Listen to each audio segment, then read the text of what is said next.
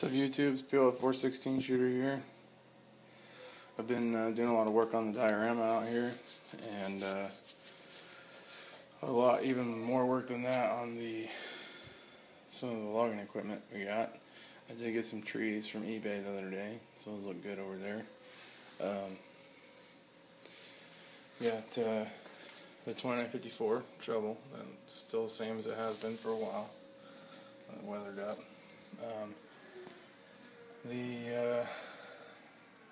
The first shovel that I built, I put the Waratah on there, and it still looks good. I'm sitting here, I did the hoses on the Waratah there, and then here's the Yoder again. I was looking on Acme Manufacturing's website at some of their stuff, and then there's a side on there with the Cabelco Yoder rental Acme carriage, and they had a guy line actually on their Yoder, so I decided that the 330 needed a guy line, and it still works pretty good. Everything still turns. I will say that I did add a bunch of weight to this thing to get it to do all this stuff. But I mean, that's to be expected. I found these blocks at a local model railroad show, and I cut them all up, and then I found these shackles online, and they look good on there. And I mean, the blocks are a little big for a Yoder, but I can't really complain. Everybody's got to have their crummy on the landing, because everybody has one. And then back here, since we have a guy line now, I figured, well, shoot. Not a lot of ways to put a guy line stump in, without doing a bunch of work to the diorama. So, we're using the D7. It should be more than plenty for a little Yoder. It has a winch on the back here that I got off eBay a while back, and I've never really done anything with it, but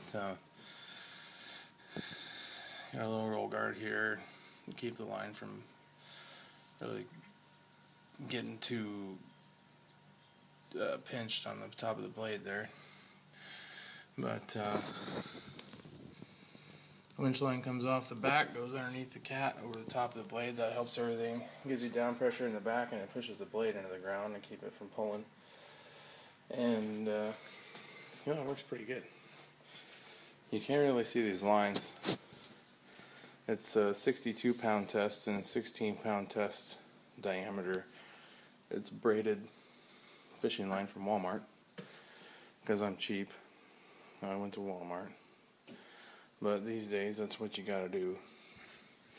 But yeah, I just wanted to show you guys all that. You can still drop your stick on the Yoder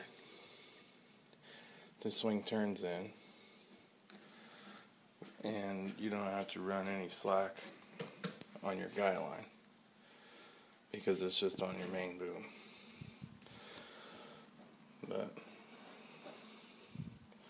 you can go either way there.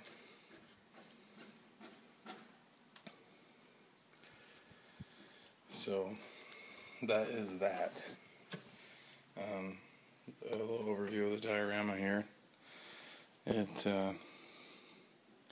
Well, I guess I could go over the drift carriage here too. I built this out of styrene, painted it up, wrote on it. I put brass in the bottom. The round stuff is actually solid brass rod to give it some weight to stay upright. Use the same fishing line for chokers. But that's that in the diorama here. It's just dirt, normal old dirt. It was pretty wet when I put it down. It's finally just now starting to dry out. Got a big slash pile back here. Slash pile there, starting to one over there.